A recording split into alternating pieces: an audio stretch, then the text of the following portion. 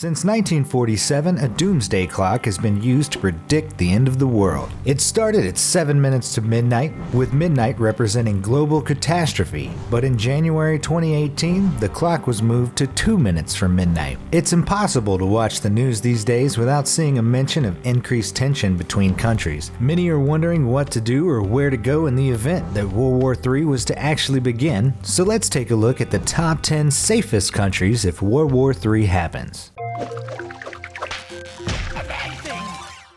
Number 10. USA. With the current political climate, it seems very plausible that the USA could instigate World War III, or at the very least be very heavily involved. So why should we think it is safe to stay there? Well, the United States built many of their government buildings during the Cold War with underground bunkers ready to go, but more importantly, the US is one of the most heavily defended countries in the world. Any country looking to attack the US by land is going to have a difficult time due to the highly trained armed forces and a plethora of armed citizens. The United States anti-missile system is also highly advanced and located all around the world, so incoming bombs or missiles would not be able to reach their targets. The US government and military is also extremely secretive, so who knows what secret weapons we don't even know about in their arsenal. Number 9. Switzerland. Switzerland. The name is synonymous with peace and not picking sides in war. Since 1815, when they were attacked by Napoleon, they literally have not been involved in a single war. If World War III was to break out, the odds are high that Switzerland will not be involved. Why? Well, Switzerland actually has a permanent and self-imposed policy of neutrality. Instead, they are involved in peace-building processes worldwide, which they would also attempt to do if World War III began. While Switzerland does border Germany, France, Austria, and Italy, it has a natural feature that physically separates it from the outside world: mountains. They form a natural border for part of the country and contain the National Redoubt, a series of armed fortifications hidden throughout the mountains that were designed specifically for defensive purposes. Number 8. Australia. Australia has several natural advantages when it comes to remaining safe during World War III, especially when considering it from a military perspective. First, it's surrounded by water and is not near any foreign ports capable of carrying out an attack. Trying to establish an amphibious attack on Australia would be a nightmare to execute. Next, the largest urban areas of Australia are very spread throughout the country, so if an aggressor was trying to bomb Australia, they would have to use several nuclear weapons to completely take care of it, and that amount would honestly make the entire planet uninhabitable. Attacking Australia would also amount to a logistics nightmare with nobody actually winning. Hopefully, the aggressor of World War III is not just trying to destroy the entire planet. Otherwise, Australia could be a great spot to hide out. Number 7.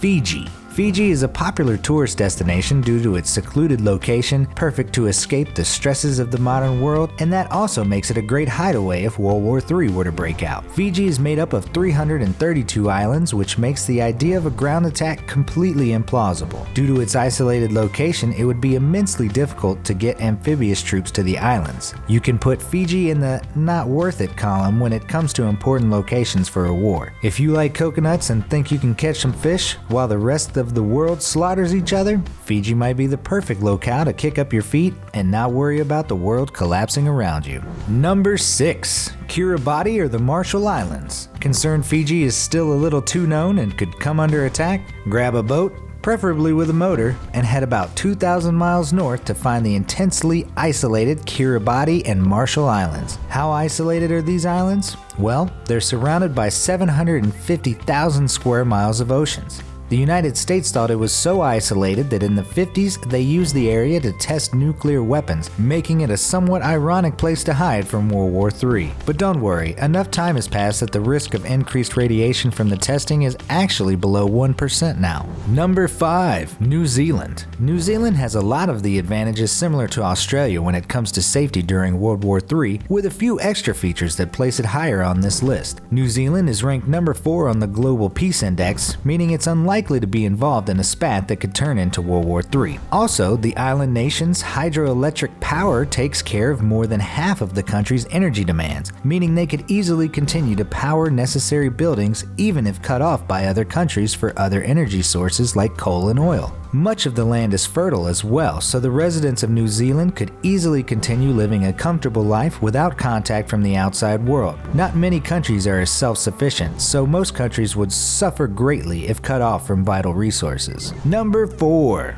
Chile.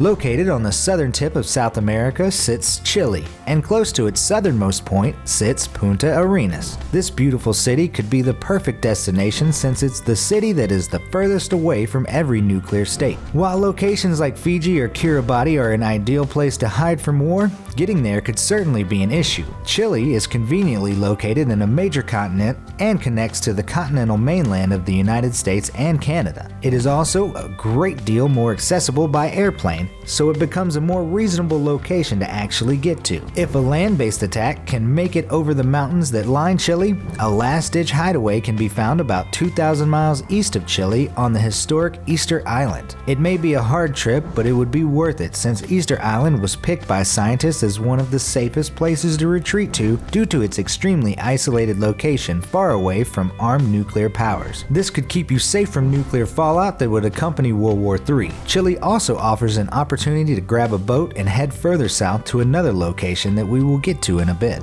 Number 3.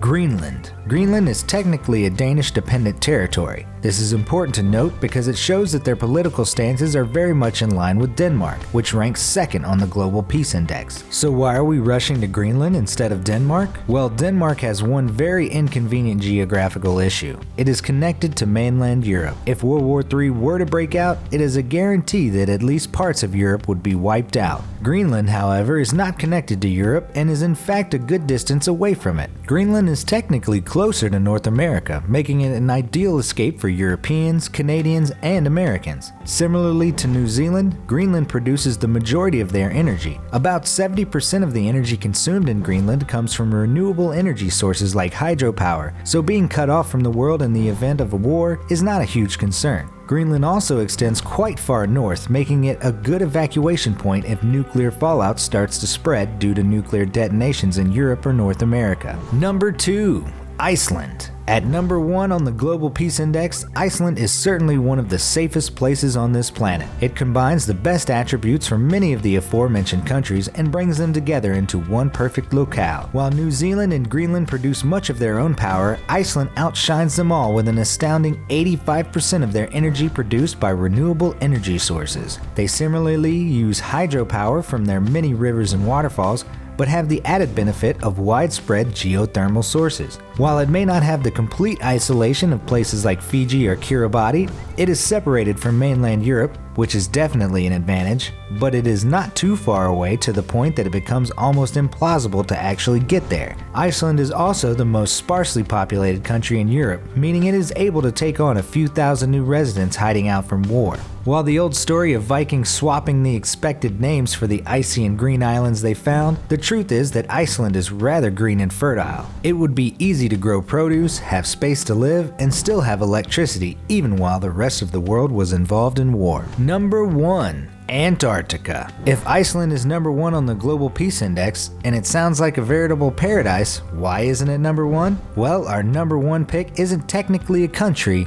yet, but if World War III were to erupt, we bet there will be so many people joining us in Antarctica that it will become a country. That's right, our number 1 safest pick of all the places on the planet to hide out during World War III is Antarctica. Sometimes you have to look at the situation from a slightly different perspective, and while many of the countries listed would be good bets, scientists have shown that Antarctica is actually the best bet. After analyzing the locations of current nuclear stockpiles from 10 nuclear states, likelihood of conflicts between them, adding in some risk trajectories, and then throwing in some numerical weather predictions, well, the results were not so good. The crude estimate shows that most of the world is in a lot of trouble. Antarctica, on the other hand, is miles from anywhere and is also the location of the world's first nuclear arms agreement. The Antarctic Treaty, signed in 1959, bans the detonation of all nuclear weapons in Antarctica. So how do we get there? Well, remember that city in Chile, Punta Arenas? It is located right on the ocean and is where many current Antarctic expeditions depart from. So here's the plan. We can meet up in Punta Arenas, grab some delicious Malbec,